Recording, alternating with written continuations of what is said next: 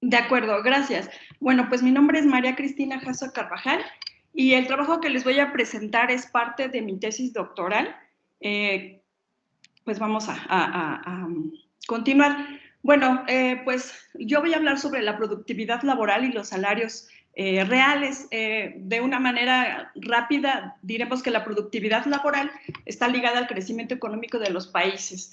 Y bueno, la teoría económica, sin embargo, muestra que en cuestión de salarios, cuando los salarios son altos, esto implica un mayor esfuerzo por parte del trabajador y por lo tanto hay una mayor productividad. Sin embargo, en la práctica, nosotros hemos encontrado que sucede que a mayor productividad los salarios están estancados en el mejor de los casos o a la baja en el peor de ellos. La industria automotriz, pues es una empresa, una industria importante a nivel mundial y a nivel nacional en este caso, pues tiene muchas aportaciones a la economía de nuestro país.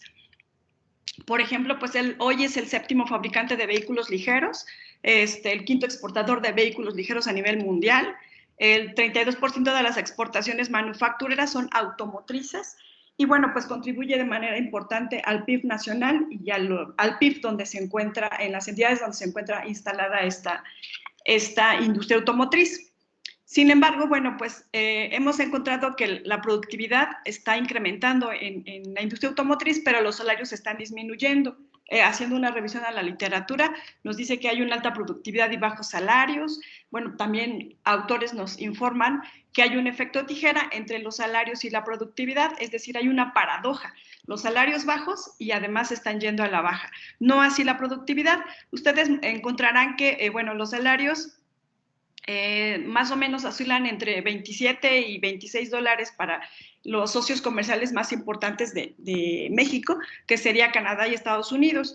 Se encuentra que Estados Unidos produce 48 unidades por persona contra los 47 que se fabrican en México también por persona. No así los salarios que pagan en las empresas. Por ejemplo, en Estados Unidos, un trabajador en líneas de producción percibe 27 dólares por hora, mientras que un mexicano percibe 3 dólares por hora. Disculpe usted, no ha cambiado su diapositiva de la presentación, no sé si todavía está en la introducción. No, sí estoy cambiando, a ver. Pero no logramos percibir de que cambie. Así ok, se ya cambió, sí. Adelante. Cambió? Ok. Bueno, entonces decimos que a pesar de ello, pues la productividad se encuentra creciendo y los salarios disminuyendo.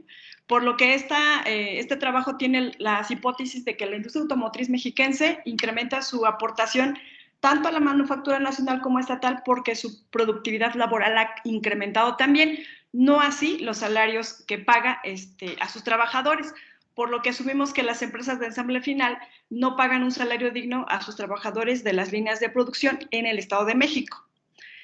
El objetivo general, bueno, entonces, es analizar la relación entre los salarios y la productividad laboral, también calcular el salario digno y determinar si existe una brecha entre el salario que perciben los trabajadores actualmente y el salario digno para la empresa de ensamble final Stellantis, localizada en Toluca, en el Estado de México.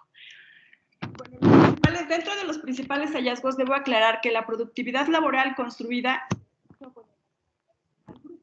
y con la población ocupada total. Por el lado de los salarios, se determinaron con los salarios que percibe el personal de producción, ventas y servicios y las horas trabajadas por personal de producción, ventas y servicios para la entidad federativa, pues estos datos están proporcionados por INEGI. Bueno, respecto al desempeño de la productividad laboral y de los salarios en la manufactura, nosotros encontramos que los salarios están tendiendo a disminuir en el Estado de México, mientras que la manufactura pues está teniendo pues con algunos contratiempos, pero ha tenido pues un desempeño mejor que el desempeño de los salarios. Esto es a nivel manufactura. A nivel fabricación de equipo de transporte, que es el subsector 336, observamos que los salarios, por un lado, que la parte de derecha, pues están yendo a la baja, cada vez tienen un crecimiento menor, es decir, un crecimiento incluso negativo. En cambio, la productividad laboral pues está de manera constante está creciendo a partir del 2008, que fue cuando sucedió la crisis financiera mundial. Ahora, para la industria automotriz, básicamente, la industria automotriz está con 3361, 3362 y 3363. Aquí, bueno, pues observamos que hay en cuanto a los salarios, hay pues un desempeño alto en cuanto a la rama 33361, que es la fabricación de vehículos y camiones. Digamos que es unos salarios altos respecto de las otras ramas que son de autopartes y la fabricación de carrocerías y remolques. Pues aquí observamos que sus tasas de crecimiento varían constantemente. Sin embargo, bueno, pues del lado derecho tenemos la productividad laboral también de la industria automotriz para estas tres ramas, que es la fabricación de vehículos y camiones, carrocerías y remolques. Disculpe, maestra, no logramos ver la presentación. Ándele, ahora sí, gracias. Bueno, entonces lo voy a dejar en modo sin presentación. Bueno, entonces les decía, por lo tanto, el desempeño de los salarios pues, se considera menor que el desempeño de la productividad laboral para la industria automotriz. Ahora, ¿cómo se deben recuperar los salarios? Hay mucha literatura al respecto, no podemos afirmar que con este grado de desagregación. Sin embargo, muy pocos estudios dicen cómo se deben de recuperar los salarios, es decir, cuánto se le debe de pagar a las personas para que tengan acceso a una vida básica decente. En este sentido, bueno, pues se adopta el salario digno que contiene la metodología Anker y nos dice que el salario digno es una remuneración que un trabajador recibe por semana que le permite tener un nivel de vida decente junto con su familia a través del acceso a alimentos, vivienda, educación, salud, transporte y vestido. Este salario digno es voluntario, no está regido por ninguna norma, pero se basa en la estimación del costo del nivel de vida básico aceptable de la región. Esto es muy importante porque no todos los lugares pues tienen, digamos que un costo de vida igual. Bueno, se adopta la metodología Anker. Esta metodología para el cálculo del salario digno pues básicamente es lo que encontramos aquí. En la primera fila tenemos que los costos de alimentación, los costos de vivienda, los costos que no son ni de alimentación ni de vivienda, más alguna cantidad para imprevistos, nos hace el costo de vida básico decente. Este costo, cuando se divide entre los trabajadores de tiempo completo por familia, nos da un salario digno neto, y cuando a este salario se le suman las deducciones de nómina, pues obtenemos el salario digno bruto. Estos son los resultados que hemos encontrado a través de la utilización de esta metodología. Nos dice que los costos de alimentación por familia por mes ascienden a 10,849, los costos de vivienda por mes a 1,124. Este es un dato que se tomó de la encuesta nacional de ingresos y gastos de los hogares. Y los costos que no son de alimentación ni de hogar corresponden a 17,957 pesos. Ahora, el costo de vida básico decente es de 31,428. Sin embargo, este se tiene que dividir entre el número de trabajadores a tiempo completo por familia. Y con las fórmulas que nos da la metodología, se llegó a un 1,68 trabajadores por familia. Esto hace que tengamos un salario neto por persona y de manera mensual de 18,729 pesos. Los resultados, bueno, una vez que nosotros hacemos dos partes. Primero, lo que hicimos en esta metodología fue calcular el salario normal, es donde se tuvo acceso a los recibos de nómina de los trabajadores entrevistados de esta empresa. De ahí, bueno, se le agregan todas las deducciones. En vez de restar, bueno, pues se le agregan las deducciones para obtener un salario percibido bruto. Aquí también estamos incluyendo pues las cuotas que se refieren a las primas vacacionales, al aguinaldo que están determinados en los contratos colectivos de trabajo de esta empresa, y bueno, se llega a un salario bruto percibido. Ahora, el salario digno neto, cuando se lleva de forma semanal, nos da un total de 4,310 pesos. Se le anexan las deducciones totales.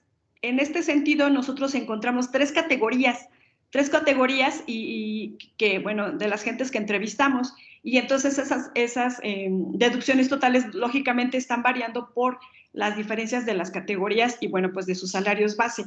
Encontramos un salario digno bruto para la categoría sexta, que es la categoría que tienen los trabajadores de recién ingreso, de 4,989, y bueno, y de ahí pues una categoría cuarta A, una categoría tercera B, de acuerdo a las categorías que mencionan en los contratos colectivos de trabajo. Ahora, una vez encontrados estos resultados, pues nos dimos a la tarea de hacer un comparativo entre el salario digno y el salario pagado en la empresa Stellantis. Esto nos dio como resultado que, bueno, pues el salario digno para una categoría sexta A, pues digamos que es alto en comparación con el que se paga actualmente para esta categoría.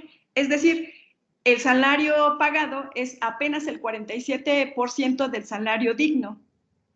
Respecto de la categoría cuarta A, pues incrementa un poco, ahora se convierte en el 60 y casi 68% del salario digno bruto que nosotros hemos calculado con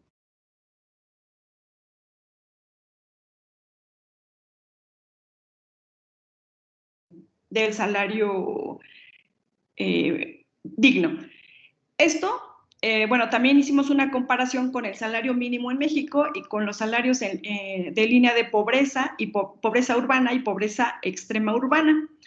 Aquí encontramos que respecto del salario mínimo, bueno, pues ha crecido porque, bueno, los aumentos que han sucedido a partir del 2019 han incrementado el salario mínimo. Esto significa que, bueno, en el pasado ya revisando la literatura se encuentra que el salario mínimo estaba incluso por debajo de las líneas de pobreza.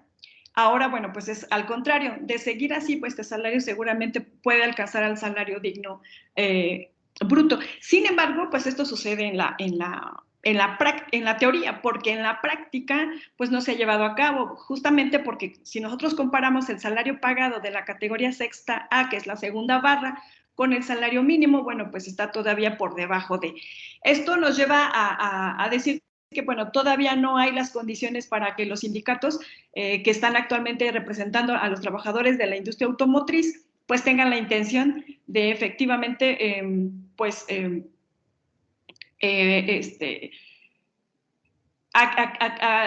alguna manera solventar esas diferencias que hay entre el salario mínimo y el salario pagado. En cuanto a las líneas de pobreza urbana y pobreza extrema urbana, bueno, pues están quedando abajo. Sin embargo, pues es importante ver que la gente menos favorecida es la de recién ingreso. Se le considera que tiene pues pocas cualificaciones y por lo tanto está percibiendo un salario que apenas está por arriba de la línea de pobreza urbana. Y bueno, respecto de las otras categorías, esto es, pues está siendo menos rígido en este sentido, porque bueno, aunque no están alcanzando el salario digno, pero están al menos pegando, teniendo un impacto importante en cuanto están emparejándose con el salario mínimo, que insisto, en teoría, bueno, pues está creciendo, pero en la práctica no lo es tanto. Con esto Quedan 5 minutos, maestra. Gracias. Con esto nosotros podemos pues argumentar que las hipótesis que se plantearon al principio de la investigación pues se validan porque la industria automotriz efectivamente ha incrementado su productividad laboral, al menos en el Estado de México, que es donde se hizo la investigación. Sin embargo, los salarios que pagan son bajos y además están yendo a la baja. Por lo tanto, podemos decir que la industria automotriz no paga un salario digno a sus trabajadores. Eso es lo que, bueno, pues hemos encontrado en este trabajo de investigación, que aún no se concluye, pero bueno, pues estamos dando estos datos como preliminares. Y bueno, pues por mi parte es todo. Muchas gracias. Muchas gracias, maestra. Muy interesante la participación.